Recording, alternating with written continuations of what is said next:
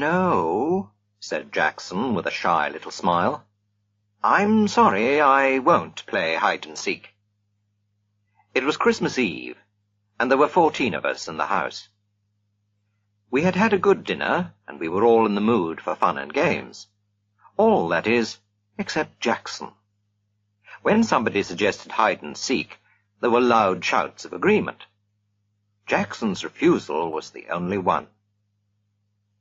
It was not like Jackson to refuse to play a game. "Aren't you feeling well?" someone asked. "I'm perfectly all right, thank you," he said. "But," he added with a smile that softened his refusal but did not change it, "I'm still not playing hide-and-seek." "Why not?" someone asked.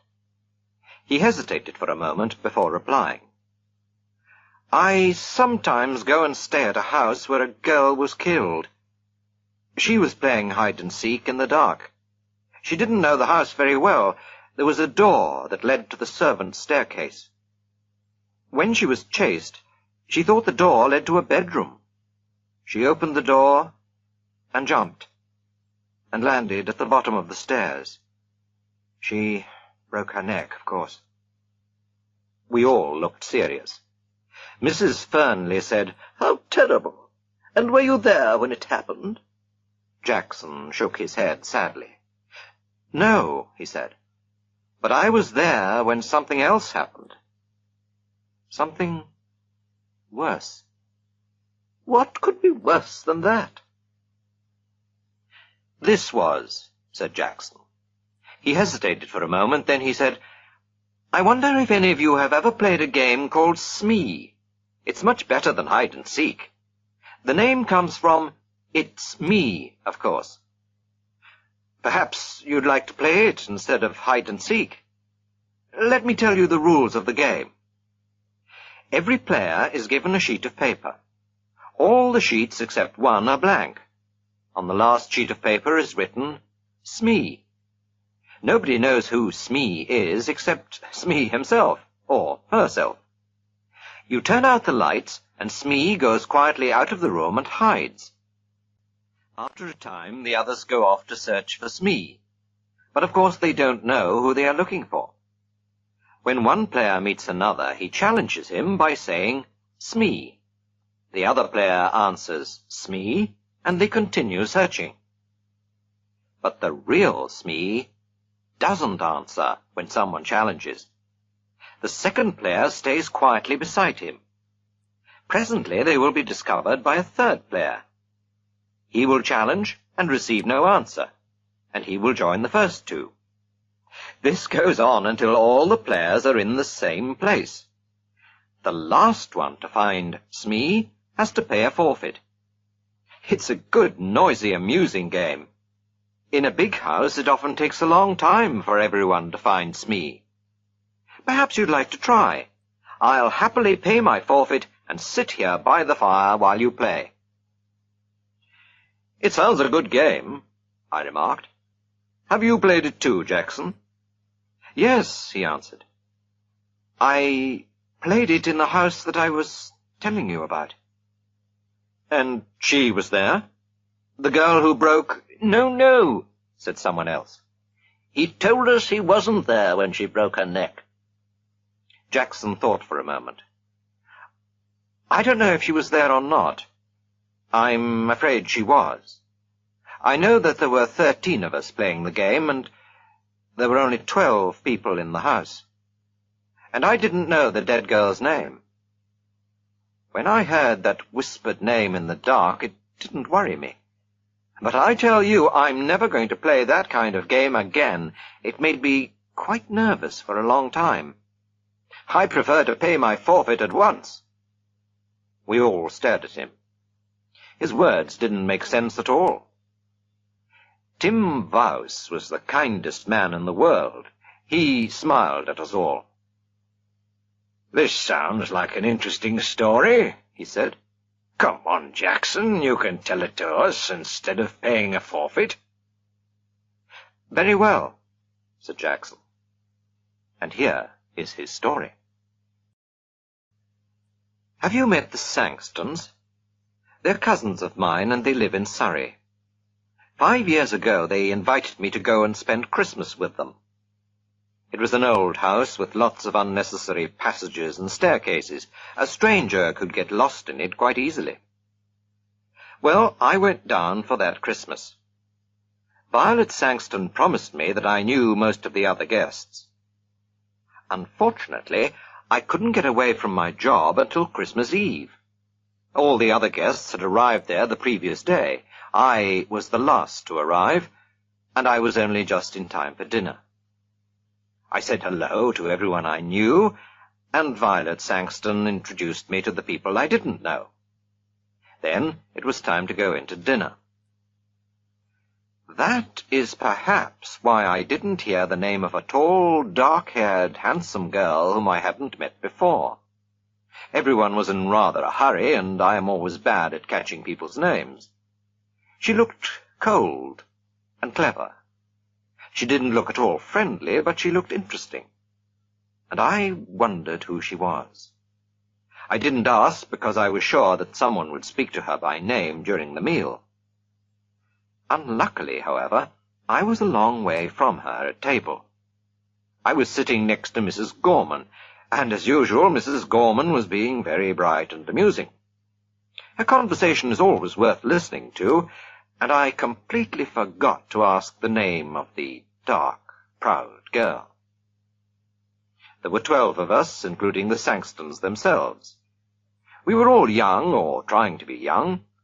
Jack and Violet Sangston were the oldest, and their 17-year-old son Reggie was the youngest. It was Reggie who suggested Smee when the talk turned to games. He told us the rules of the game just as I've described them to you. Jack Sangston warned us all. "If you're going to play games in the dark," he said, "please be careful of the back stairs on the first floor. The door leads to them, and I've often thought about taking the door off. In the dark, a stranger to the house could think they were walking into a room. A girl really did break her neck on those stairs." I asked how it happened. "It was about 10 years ago, before we came here. There was a party, and they were playing hide-and-seek. This girl was looking for somewhere to hide. She heard somebody coming and ran along the passage to get away. She opened the door, thinking it led to a bedroom. She planned to hide in there until the seeker had gone. Unfortunately, it was the door that led to the back stairs. She fell straight down to the bottom of the stairs. She was dead when they picked her up." We all promised to be careful. Mrs. Gorman even made a little joke about living to be 90. You see, none of us had known the poor girl, and we didn't want to feel sad on Christmas Eve. Well, we all started the game immediately after dinner. Young Reggie Sangston went round making sure all the lights were off, except the ones in the servants' rooms and in the sitting room where we were. We then prepared 12 sheets of paper. 11 of them were blank, and one of them had Smee written on it. Reggie mixed them all up, then we each took one.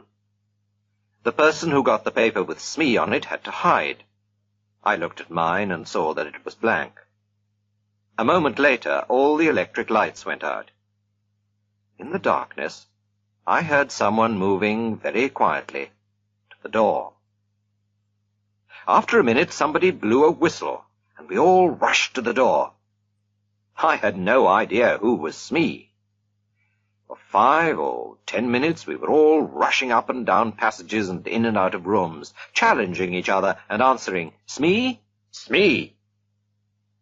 After a while, the noise died down, and I guessed that someone had found Smee. After a time, I found a group of people all sitting on some narrow stairs. I challenged and received no answer.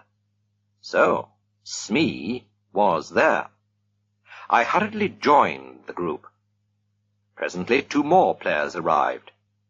Each one was hurrying to avoid being last. Jack Sangston was last, and was given a forfeit. "I think we're all here now, aren't we?" he remarked. He lit a match, looked up the staircase, and began to count. 9, 10, 11, 12, 13, he said, and then laughed.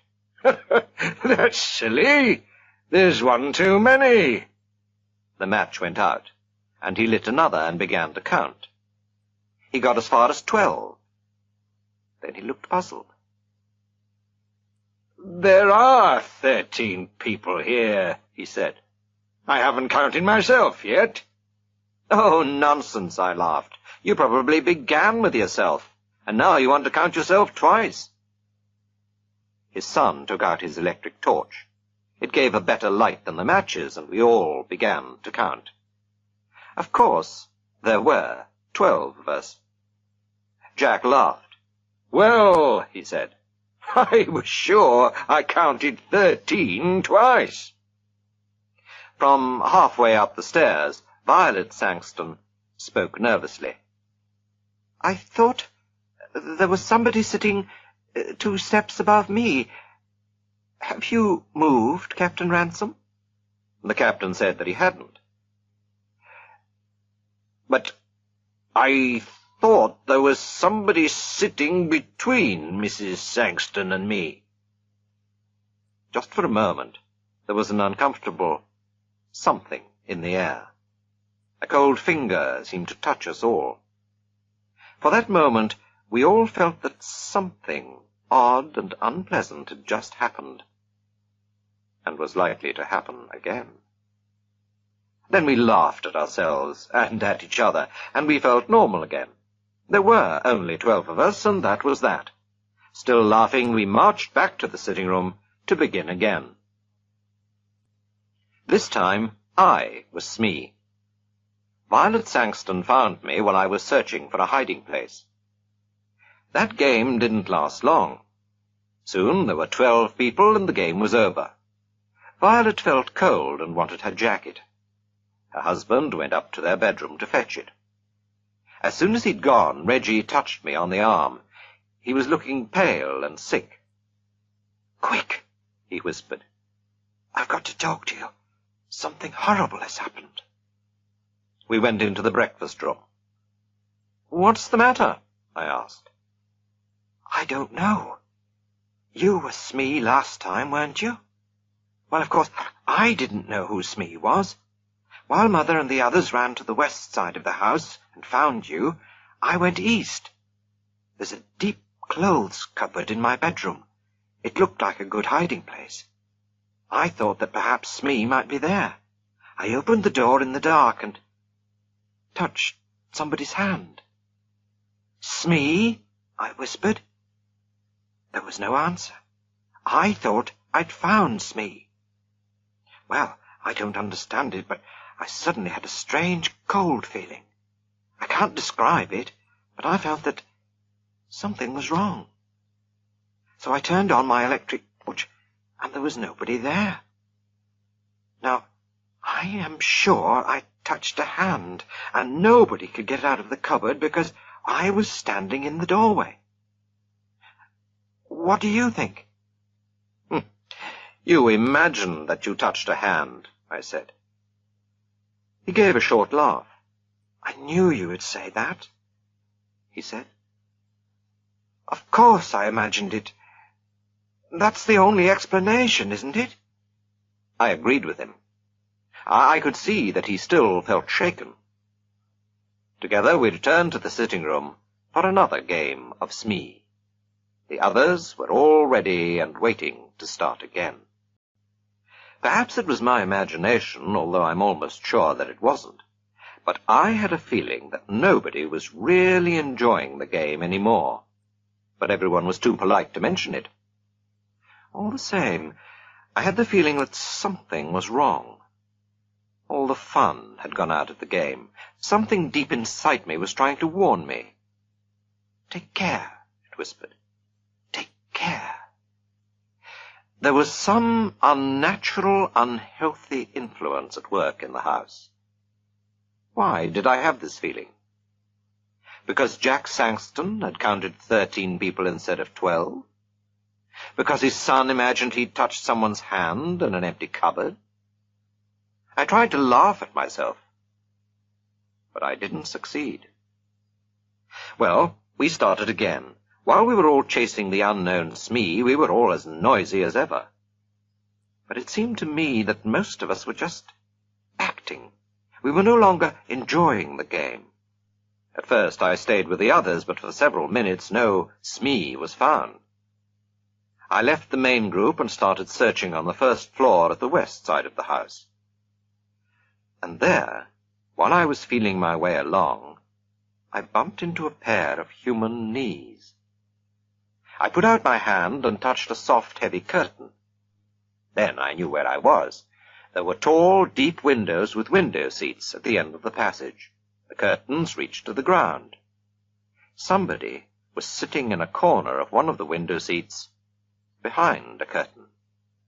Aha, I thought, I've caught Smee. So I pulled the curtain to one side and touched a woman's arm.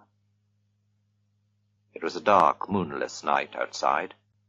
I couldn't see the woman sitting in the corner of the window seat. "Smee?" I whispered. There was no answer. When Smee is challenged, he, or she, does not answer, so I sat down beside her to wait for the others. Then I whispered, "What's your name?" And out of the darkness beside me, the whisper came, "Brenda Ford." I did not know the name, but I guessed at once who she was. I knew every girl in the house by name, except one, and that was the tall, pale, dark girl. So here she was, sitting beside me on the window seat, shut in between a heavy curtain and a window. I was beginning to enjoy the game. I wondered if she was enjoying it too. I whispered one or two rather ordinary questions to her, and received no answer. Smee is a game of silence.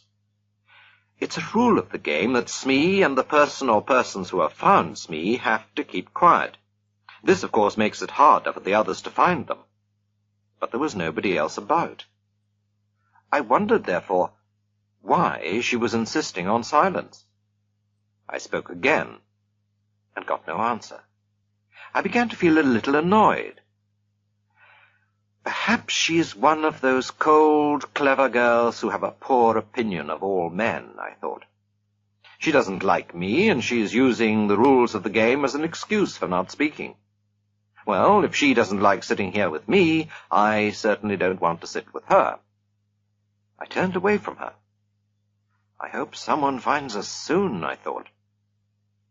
As I sat there, I realized that I disliked sitting beside this girl very much indeed. That was strange. The girl I had seen at dinner had seemed likable in a cold kind of way. I noticed her and wanted to know more about her. But now, I felt really uncomfortable beside her. The feeling of something wrong, something unnatural was growing. I remembered touching her arm, and I trembled with horror. I wanted to jump up and run away. I prayed that someone else would come along soon. Just then I heard light footsteps in the passage. Somebody on the other side of the curtain brushed against my knees. The curtain moved to one side, and a woman's hand touched my shoulder. "Smee?" whispered a voice that I recognized at once. It was Mrs. Gorman. Of course she received no answer. She came and sat down beside me, and at once I felt very much better. "It's Tony Jackson, isn't it?" she whispered. "Yes," I whispered back. "You're not Smee, are you?" "No, she's on my other side." She reached out across me. I heard her fingernails scratch a woman's silk dress. "Hello, Smee. How are you? Who are you? Oh, is it against the rules to talk? Never mind, Tony, we'll break the rules. Do you know, Tony, this game is beginning to annoy me a little. I hope they aren't going to play it all evening. I'd like to play a nice quiet game all together beside a warm fire." Me too, I agreed. Can't you suggest something to them? There's something rather unhealthy about this particular game. I'm sure I'm being very silly, but I can't get rid of the idea that we've got an extra player. Somebody who ought not to be here at all. That was exactly how I felt, but I didn't say so. However, I felt very much better. Mrs. Gorman's arrival had chased away my fears. We sat talking. I wonder when the others will find us, said Mrs. Gorman. After a time, we heard the sound of feet, and young Reggie's voice shouting, "Hello! Hello! Is anybody there?" "Yes," I answered. "Is Mrs. Gorman with you?" "Yes." "What happened to you? You've both got forfeits. We've all been waiting for you for hours." "But you haven't found Smee yet," I complained. "You haven't, you mean? I was Smee this time." "But Smee is here with us," I cried. "Yes," agreed Mrs. Gorman. The curtain was pulled back, and we sat looking into the eye of Reggie's electric torch. I looked at Mrs. Gorman, and then on my other side. Between me and the wall was an empty place on the window seat. I stood up at once. Then I sat down again. I was feeling very sick, and the world seemed to be going round and round. "There was somebody there," I insisted, "because I touched her." "So did I," said Mrs. Gorman in a trembling voice. "And I don't think anyone could leave this window seat without us knowing." Reggie gave a shaky little laugh. I remembered his unpleasant experience earlier that evening. "Someone's been playing jokes," he said. "Are you coming down?" We were not very popular when we came down to the sitting room. "I found the two of them sitting behind a curtain on a window seat," said Reggie. I went up to the tall, dark girl. "So you pretended to be Smee, and then went away," I accused her. She shook her head. Afterwards, we all played cards in the sitting room, and I was very glad. Some time later, Jack Sangston wanted to talk to me. I could see that he was rather cross with me, and soon he told me the reason. "Tony," he said, "I suppose you are in love with Mrs. Gorman. That's your business, but please don't make love to her in my house during a game. You kept everyone waiting. It was very rude of you, and I'm ashamed of you." "But we were not alone," I protested. "There was somebody else there. Somebody who was pretending to be Smee. I believe it was that tall, dark girl, Miss Ford. She whispered her name to me. Of course, she refused to admit it afterwards." Jack Sangston stared at me. "Miss who?" he breathed. "Brenda Ford," she said. Jack put a hand on my shoulder. "Look here, Tony," he said. "I don't mind a joke, but enough is enough. We don't want to worry the ladies. Brenda Ford is the name of the girl who broke her neck on the stairs. She was playing hide-and-seek here 10 years ago."